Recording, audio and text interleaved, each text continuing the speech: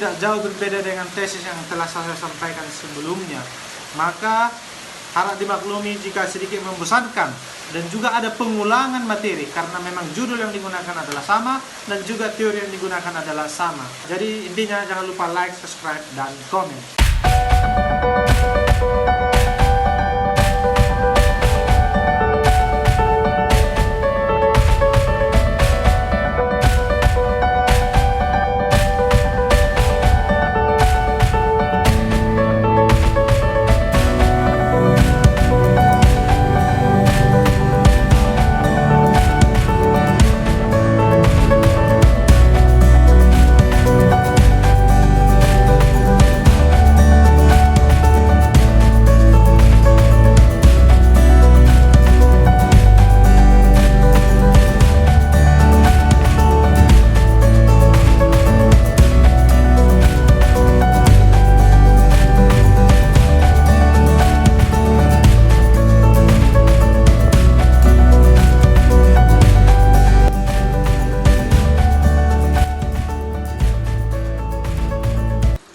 Adapun yang menjadi latar belakang dari pengangkatan tesis kami atau penelitian kami ini adalah bahwa meningkatnya ketahanan kawasan dengan memajukan kerjasama politik, keamanan, ekonomi, dan sosial budaya yang lebih luas serta menciptakan pasar tunggal dan basis produksi yang stabil, makmur, sangat kompetitif, dan terintegrasi secara ekonomis melalui fasilitas yang efektif untuk perdagangan dan investasi yang di dalamnya terdapat arus lalu lintas barang, jasa-jasa, dan investasi yang bebas, terfasilitasinya pergerakan pelaku usaha, pekerja profesional, pekerja berbakat dan buruh, dan arus modal yang lebih bebas merupakan tujuan dari pembentukan ASEAN sebagaimana yang terdapat pada pasal 1 Piagam ASEAN.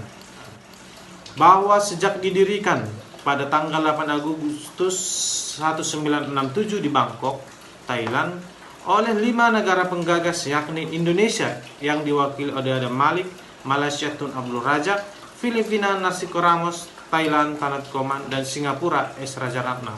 ASEAN dinilai selama ini cukup sukses dalam mengelola hubungan antar negara di kawasan Asia Tenggara. ASEAN telah berhasil dan membangun rasa saling percaya di antara negara-negara anggota dan dalam hal mencegah konflik antar sesama negara anggota. ASEAN telah banyak mengalami perubahan dan perkembangan yang signifikan menuju pada tahap baru yang lebih integratif dan berwawasan ke depan. Dalam rangka mendukung dan menciptakan tujuan tersebut, seperangkat kebijakan dan kesepahaman kawasan terus dikerjakan dengan menghasilkan beberapa kebijakan baru di kawasan Asia Tenggara, salah satunya yakni Masyarakat Ekonomi ASEAN yang sudah disepakati sejak 2015 lalu. Diberlakukannya masyarakat ekonomi ASEAN membawa harapan baru bagi seluruh masyarakat ASEAN. Dengan harapan, masyarakat ekonomi ASEAN dapat mengatasi masalah-masalah ketimpangan ekonomi, kesejahteraan di antara sesama negara anggota ASEAN. MEA adalah sebuah integrasi ekonomi ASEAN dalam menghadapi perkembangan bebas antar negara-negara ASEAN. Dengan mengintegrasikan ekonomi kawasan dengan ekonomi global, usaha ini bermaksud untuk meningkatkan peran ASEAN dan kompetisi ekonomi dan percaturan kebijakan global. Hal ini dilakukan melalui peningkatan hubungan antar ekonomi regional dengan ekonomi global, yang nantinya akan menjadi negara anggota ASEAN melalui posisi yang diperhitungkan di kancah internasional. Dalam kesepakatan masyarakat ekonomi ASEAN, terdapat 5 hal yang tidak boleh dibatasi peredarannya di seluruh negara ASEAN, yaitu adanya lalu lintas barang, arus jasa, arus modal, arus investasi, dan arus tenaga kerja yang terlatih, dengan harapan akan menjadikan Asia Tenggara sebagai ekonomi besar dengan potensi jumlah penduduk sekitar 668.619.840 juta jiwa di tahun 2020, yang akan menjadi keuntungan bonus demografi yang sangat besar yang dimiliki ASEAN tersebut. Guna mendukung dan mewujudkan kesejahteraan masyarakat negara anggota ASEAN tersebut, telah disepakati 4 pilar masyarakat ekonomi ASEAN sebagai ruh yang melatar belakangi terbentuknya masyarakat ekonomi ASEAN, yakni pasar dan basis produksi tunggal, kawasan ekonomi yang berdaya saing tinggi, pembangunan ekonomi merata dan berkeadilan, serta kawasan yang terintegrasi secara global.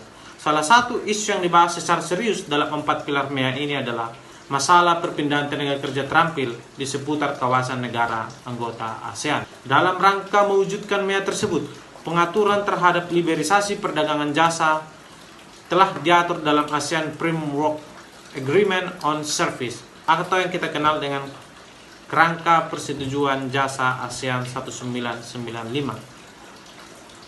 ASEAN Framework Agreement on Service merupakan perjanjian regional di kawasan ASEAN yang berusaha meningkatkan efisiensi dan tingkat kompetitif dari anggota ASEAN sebagai penyedia jasa.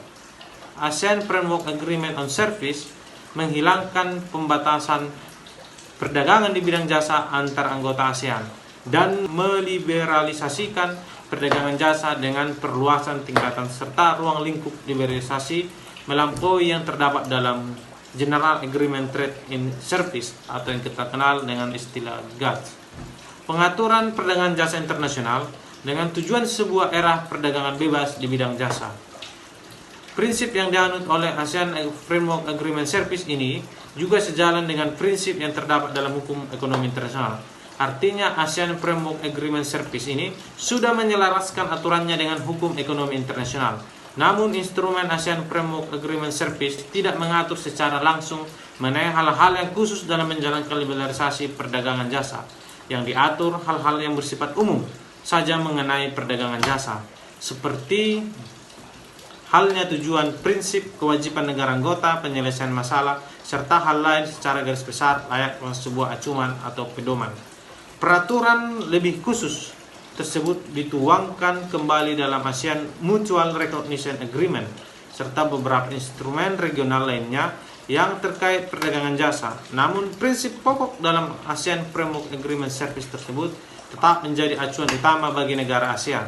Dan prinsip tersebut sebenarnya tidak jauh berbeda dengan prinsip dalam GATT. Hingga saat ini, pergerakan tenaga kerja terampil ASEAN sudah mencapai 8 bidang Mutual Recognition Agreement. Di antaranya meliputi profesi insinyur, arsitek, surveyor, dokter umum, dokter gigi, perawat, jasa pariwisata, dan akuntan. Mutual Recognition Agreement adalah pengaturan kerangka kerja yang dibuat untuk mendukung liberalisasi dan memfasilitasi perdagangan jasa. Mutual Recognition Agreement ini juga bertujuan untuk memfasilitasi mobilitas tenaga kerja profesional atau tenaga kerja terampil di ASEAN. Melalui pertukaran informasi, MRA juga berupaya untuk mengadopsi praktik terbaik tentang standar dan kualifikasi.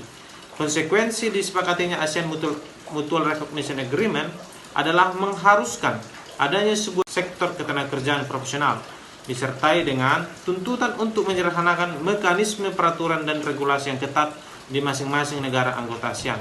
Sebagaimana bunyi pada pasal 4 tentang negosiasi komitmen spesifik dalam Mutual Recognition Agreement, negara anggota wajib melakukan negosiasi tentang langkah-langkah yang mempengaruhi perdagangan di sektor jasa tertentu. Negosiasi tentang langkah-langkah untuk mencapai komitmen yang berada di luar mereka tertulis dalam jadwal masing-masing negara anggota. Dari komitmen khusus di bawah GATT, dan negara anggota wajib memberikan pemberlakuan istimewa satu sama lain atas dasar MFN. Setiap negara anggota wajib menetapkan dalam jadwal komitmen spesifik itu akan melakukan berdasarkan ayat yang satu tadi. Negara-negara ASEAN telah berkomitmen dan sepaham untuk bersama-sama membuka kesempatan bagi tenaga kerja profesional dan terlatih di masing-masing negara anggota ASEAN. Negara-negara anggota ASEAN optimis akan menjalankan benar-benar komitmen bersamanya tersebut lewat aksi terbangunnya kerjasama pertukaran kerja tenaga terlatih atau transfer knowledge. Namun sejak disepakati dan diberlakukannya ASEAN Mutual Recognition Agreement tersebut tidak berjalan secara maksimal dan terdapat beberapa kendala dan hambatan yang memenuhi akses pasar, antara lain adalah pembatasan dalam jumlah penyediaan jasa, volume transaksi, jumlah operator, jumlah tenaga kerja, bentuk hukum, dan kepilotan modal asing. Sementara hambatan dalam pemberlakuan nasional antara lain dalam bentuk peraturan yang diskriminatif dalam persyaratan pajak, kewarganegaraan, jangka waktu penetapan, perizinan, standarisasi dan kualifikasi, kewajiban pendaftar, serta batasan kepemilikan properti dan lahan. Perbedaan antara negara anggota ASEAN mengenai interpretasi atau penerapan persetujuan atau pengaturan yang timbul daripada Mutual Recognition Agreement ini disebabkan tidak semua anggota ASEAN mempunyai sistem hukum yang sama. Sebagai salah satu contoh, Singapura sebagai jajahan Inggris sistemnya didasarkan atas sistem common law, Indonesia dengan sistem civil law sebagai bekas jajahan dari Belanda, dan Vietnam dengan ideologi komunisnya. Paling tidak, secara ideal, dengan diberlakukannya kesepakatan Mutual Recognition Agreement khusus, ketentuan mengenai kerjaan hendaknya dan baiknya dipersamakan atau diharmonisasikan.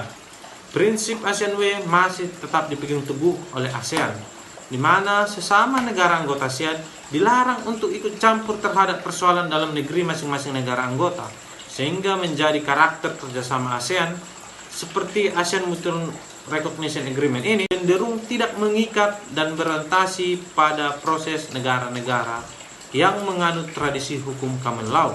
Sumber hukum ketenagakerjaannya utama pada umumnya adalah kaidah otonom seperti perjanjian kerja bersama. Di negara-negara yang menganut sistem hukum civil law tradition, pada umumnya keadaan heteronom, yaitu peraturan perundang-undangan yang ditetapkan oleh pemerintah merupakan sebuah hukum perburuhan yang paling dominan. Adanya perbedaan sistem hukum ini berakibat tidak adanya sinkronisasi dan keseragaman peraturan perundang-undangan yang mengatur ketenagakerjaan di masing-masing negara anggota ASEAN. Seperti hukum ini juga bisa dilihat dari reformasi struktural sebagai legal security di masing-masing negara anggota ASEAN. Perbedaan hukum ketenagakerjaan ini terletak pada perbedaan institusi, prosedur, dan aturan hukum yang dianut masing-masing negara anggota ASEAN. Sebagai salah satu contohnya, di Singapura, berdasarkan di Employment Act 1968 atau Undang-Undang Ketenagakerjaan Singapura, standar hari kerja maksimal itu adalah 44 jam dalam seminggu. Di Indonesia, berdasarkan Undang-Undang Nomor 11 Tahun 2020 yang baru tentang Cipta Kerja, paling lama itu hanya 40 jam dalam satu minggu. Sedangkan di Vietnam, berdasarkan Labor Code of Socialist Republic of Vietnam 1964, standar kerja bisa mencapai 48 jam per minggunya. Perbedaan sistem hukum inilah yang mengakibatkan paradoks dan ambiguitas baru dalam melaksanakan nota kesepahaman ASEAN Mutual Recognition Agreement tersebut. Apakah sistem hukum nasional masing-masing negara anggota ASEAN harus bertoleransi dan kalah otonom terhadap deklarasi ASEAN Mutual Recognition Agreement? Atau apakah justru ASEAN Mutual Recognition Agreement yang harus mengakomodasi karakteristik politik hukum di masing-masing negara anggota ASEAN tersebut? Adanya perbedaan sistem hukum dalam hukum ketenagakerjaan di masing-masing negara anggota ASEAN ini mengakibatkan ketidaktertiban dan ketidakpastian hukum. Maka harus segera dicarikan jalan dan solusi terbaik berupa harmonisasi peraturan perundang-undangan di bidang ketenagakerjaan di kawasan ASEAN. Tujuannya supaya jaminan perlindungan hukum, kepastian hukum, mengatasi perbedaan-perbedaan, hal-hal yang saling bertentangan dan kejanggalan dalam hukum. Harmonisasi ini juga bertujuan sebagai upaya untuk merealisasikan keselarasan, kesesuaian, keserasian, kecocokan, keseimbangan di antara norma-norma hukum yang berbeda menjadi satu kerangka sistem hukum payung di kawasan ASEAN. Kebutuhan harmonisasi antar regulasi internasional dengan hukum nasional dimaksud untuk memperlancar dan meningkatkan kinerja pertukaran ketenagakerjaan profesional dan terlatih di kawasan ASEAN, serta menanggulangi benturan hukum yang dapat menjadi kendala dihadapi para pencari kerja dalam mendukung keberhasilan masyarakat ekonomi ASEAN tadi lewat Mutual Recognition Agreement. Harmonisasi regulasi di semua hukum nasional negara anggota adalah kunci sukses bagi peningkatan kualitas kesejahteraan ASEAN, sehingga memperkuat marwah ASEAN di mata internasional. Dalam rangka harmonisasi hukum ketenagakerjaan ini, negara-negara anggota harus melakukan structural adjustment policy yang berupa serangkaian deregulasi, liberalisasi, dan debirokrasi, seperti halnya masalah kebijakan imigrasi yang terbuka bagi tenaga kerja yang profesional dan terampil. Lebih lanjut, proses harmonisasi hukum ini bertujuan mencapai jaminan dan kepastian hukum guna memperoleh kesejahteraan masyarakat tenaga kerja ahli di kawasan regional ASEAN. Berdasarkan latar belakang dan uraian yang saya sampaikan di atas, penulis merasa perlu dilakukannya penelitian lebih lanjut. Permasalahan ini akan dituangkan dalam bentuk penelitian dengan judul Urgensi Harmonisasi Hukum Ketenagakerjaan di Kawasan ASEAN dalam rangka mendukung ASEAN Mutual Recognition Agreement. Adapun landasan teori yang kami pakai adalah efektivitas hukum menurut Sujono Sukanto. Salah satu fungsi hukum baik sebagai kaidah maupun sebagai sikap atau perilaku adalah membimbing perilaku manusia. Masalah pengaruh hukum tidak hanya terbatas pada timbulnya ketaatan atau kepatuhan pada hukum, tetapi mencakup efek total dari hukum terhadap sifat tindak atau perilaku yang baik bersifat positif maupun negatif. Efektivitas penegakan hukum sangat berkaitan erat dengan efektivitas hukum. Agar hukum itu efektif, maka diperlukan aparat penegak hukum untuk menegakkan sanksi tersebut. Suatu sanksi dapat diaktualisasikan kepada masyarakat dalam bentuk ketaatan, yang kondisi tersebut menunjukkan adanya indikator bahwa hukum tersebut adalah efektif. Faktor-faktor yang mempengaruhi efektivitas hukum menurut Sujono Sukanto antara lain sebagai berikut. Yang pertama, faktor hukum. Hukum mengandung unsur keadilan, kepastian, dan kemanfaatan. Dalam praktek penerapannya tidak jarang terjadi pertentangan antara kepastian hukum dan keadilan. Kepastian hukum sifatnya konkret, terwujud nyata, sedangkan keadilan bersifat abstrak, sehingga ketika seseorang hakim memutuskan suatu perkara secara penerapan undang-undang saja, maka ada kalanya nilai keadilan itu tidak tercapai. Maka ketika melihat suatu permasalahan mengenai hukum, setidaknya keadilan menjadi prioritas utama. Karena hukum tidak semata-mata dilihat dari sudut hukum tertulis saja, melainkan juga ikut mempertimbangkan faktor-faktor lain yang berkembang dalam masyarakat. Sementara dari sisi lain, keadilan pun masih menjadi perdebatan disebabkan keadilan mengandung subjek yang sangat tergantung pada nilai estetik subjektif dari masing-masing orang. Yang kedua, faktor penegak hukum. Penegak hukum berkaitan dengan pihak-pihak yang membentuk maupun merupakan menerapkan hukum. Bagian-bagian law enforcement itu adalah peraturan penegak hukum yang mampu memberikan kepastian, keadilan, kemanfaatan hukum serta secara proporsional.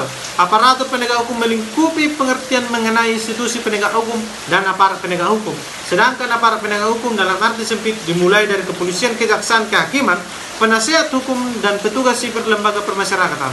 Setiap aparat dan aparatur diberikan kewenangan dalam melaksanakan tugasnya masing-masing, yang meliputi kegiatan penerimaan laporan, penyelidikan, penyidikan, penuntutan, pembuktian, penjatuhan vonis, dan pemberian saksi, serta upaya pembinaan kembali terpidana. Ada 3 elemen penting yang mempengaruhi mekanisme bekerjanya aparat dan aparatur penegak hukum. Antara lain, institusi penegak hukum beserta berbagai perangkat, sarana, dan prasarana pendukung dan mekanisme kerja kelembagaannya, budaya kerja yang terkait dengan aparatnya, termasuk mengenai kesejahteraan aparatnya, perangkat peratur yang mendukung baik kerja kelembagaannya maupun mengatur materi hukum yang dijadikan standar kerja, baik materialnya maupun hukum acaranya. Upaya penegakan hukum secara sistematik haruslah memperhatikan ketiga aspek itu secara simultan, sehingga proses penegakan hukum dan keadilan secara internal dapat diwujudkan secara nyata. Yang ketiga, faktor sarana dan fasilitas hukum. Fasilitas pendukung secara sederhana dapat dirumuskan sebagai sarana untuk mencapai tujuan.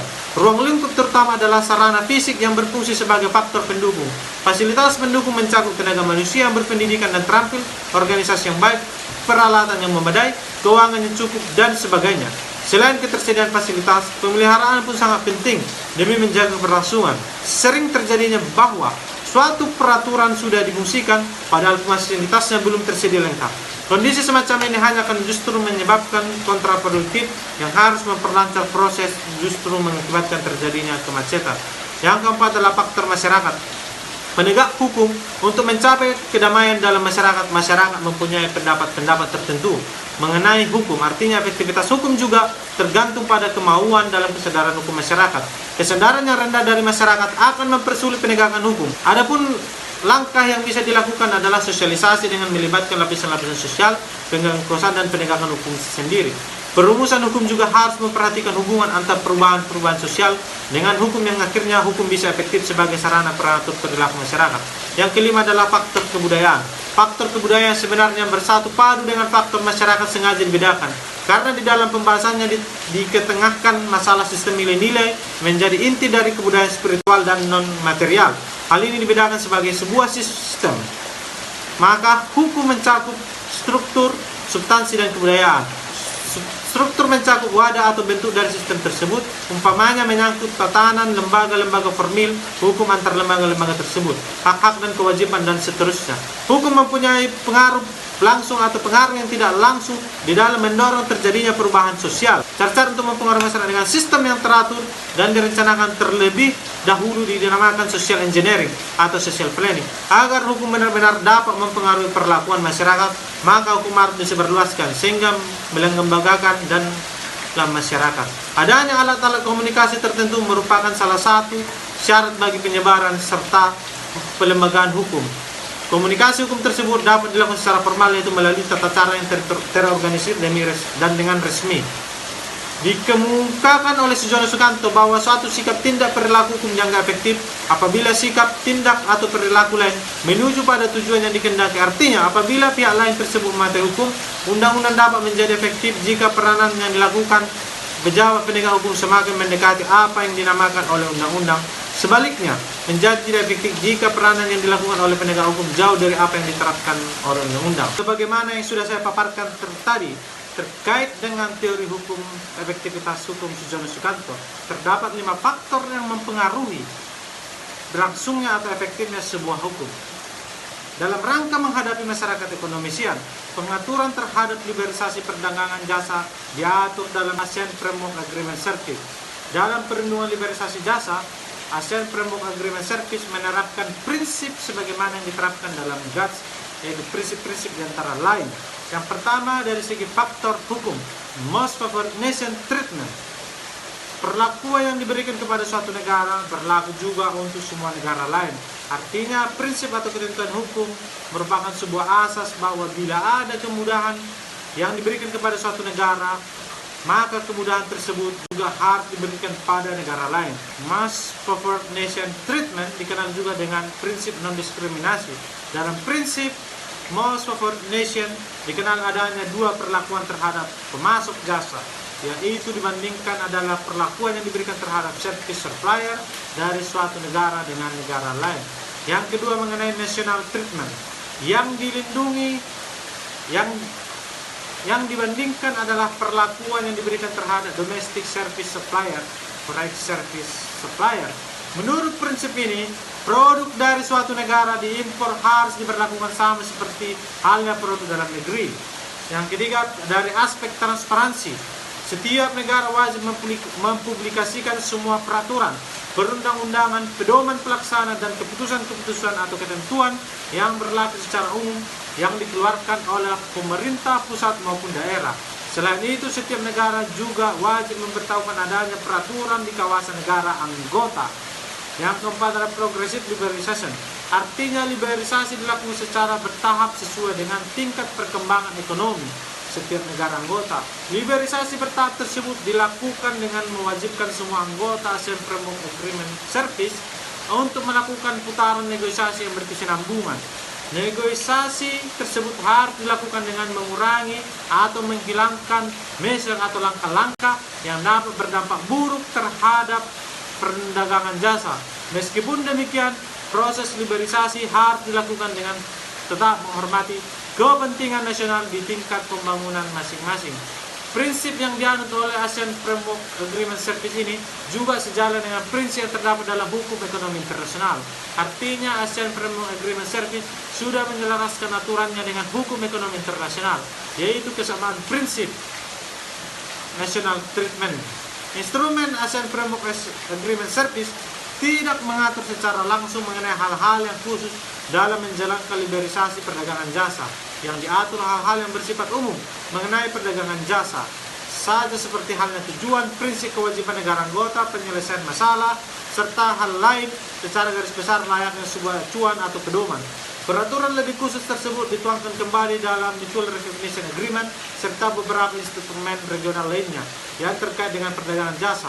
Namun prinsip pokok dalam ASEAN Framework Agreement Service tetap menjadi acuan utama bagi negara ASEAN. Dalam prinsip tersebut sebenarnya tidak jauh berbeda dengan prinsip yang ada dalam GATS. Meskipun banyak pro dan kontra mengenai efek liberalisasi, kenyataannya liberalisasi tidak mungkin lagi dihindari. sesuai dengan azas Pacta Sunt Servanda bahwa perjanjian mengikat para pihak, maka apapun isi dalam perjanjian harus diterapkan dan dihormati oleh para pihak. Konvensi Wina dalam pasal 26 juga menjelaskan bahwa setiap perjanjian yang berlaku mengikat para pihak harus dilaksanakan dengan itikat baik atau in good faith.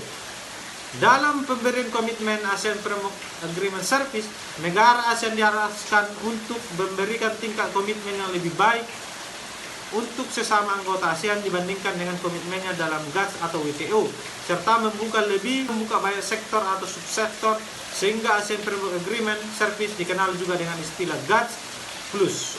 Proses liberalisasi bidang jasa dilakukan secara bertahap dan hati-hati dengan mempertimbangkan kepentingan nasional dan tingkat pembangunan ekonomi negara anggota. Untuk itu diterapkan prinsip fleksibilitas yang disepakati oleh semua negara anggota atau free agreed flexibility.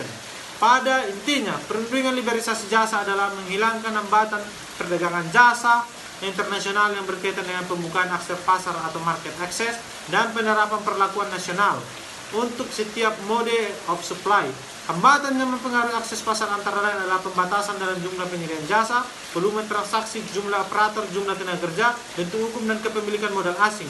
Sementara hambatan dalam pemberlakuan nasional antara lain adalah dalam bentuk peraturan yang diskriminatif dalam proses persyaratan pajak, kewarganegaraan, jangka waktu penetapan, perizinan, standarisasi dan kualifikasi, kewajiban pendaftaran serta batasan kepemilikan properti dan lahan. Komitmen liberalisasi baik akses pasar maupun pemberlakuan nasional atas 4 sektor prioritas jasa kecuali ASEAN di ASEAN masih sangat rendah. Kurang dari 10% dari total subsektor yang ada. Kesiapan industri domestik di 4 sektor jasa komitmen tersebut.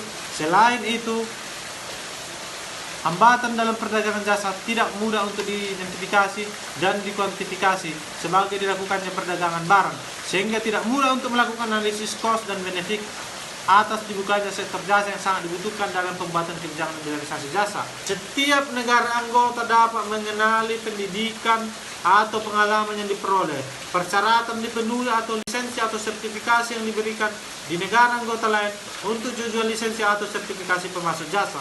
Pengakuan tersebut dapat didasarkan pada perjanjian atau pengaturan dengan negara anggota yang bersangkutan, dapat diberikan secara mandiri. Ini menjelaskan tentang syarat standarisasi tenaga kerja asing di suatu negara dapat ditentukan dengan melakukan perjanjian antar penyedia jasa dengan tenaga kerja asing tersebut. Syarat itu antara lain harus memiliki sertifikasi yang telah ditetapkan masing-masing negara. Dengan demikian, orang asing tidak bebas bekerja di negara lain. Protokol mekanisme penyelesaian sengketa untuk ASEAN umumnya disebut dan diterapkan sesuai hubungan dengan sengketa yang timbul dari atau perbedaan antara negara anggota mengenai interpretasi atau penerapan persetujuan ini atau pengaturan yang timbul daripadanya. Sebuah mekanisme penyelesaian sengketa tertentu dapat didirikan untuk tujuan persetujuan ini yang akan merupakan bagian tidak terpisahkan dari persetujuan ini. Masuk pada kesimpulan, dalam rangka pengaturan negara ASEAN untuk menghadapi MEA dibutuhkan sebuah kebijakan yang sejalan antar sesama negara anggota ASEAN. Karena kebijakan ini dapat berdampak besar bagi rakyat ASEAN.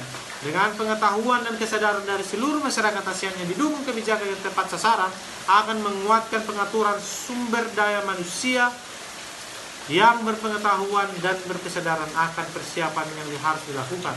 Sebuah kebijakan dapat sebagai arah atau pedoman untuk mencapai tujuan dan sudah seharusnya pula kebijakan tersebut dapat mengakomodir kebutuhan dan sesuai dengan keadaan masyarakat. Kebijakan sebagai salah satu bentuk persiapan negara ASEAN untuk menghadapi MEA juga harus dapat menyentuh seluruh segi kehidupan bernegara secara merata. Bukan hanya sosialisasi dan edukasi semata, melainkan juga dapat memberikan ruang bagi sektor-sektor strategis untuk dapat bekerja lebih, di mana efektivitas penegakan harmonisasi hukum ketenagakerjaan di kawasan ASEAN dalam mendukung ASEAN Recognition Agreement ini tergantung daripada seluruh sarana faktor hukumnya, penegak hukum, fasilitas hukum, masyarakat dan kebudayaan. Sehingga teori efektivitas hukum ini menurut Sujono Sukanto ini masih sangat relevan dalam melakukan analisis pelaksanaan hukum ke depan. Demikian kiranya diskusi kita pada hari ini. Jangan lupa like, subscribe, dan komen. Sekian dan terima kasih. See you again.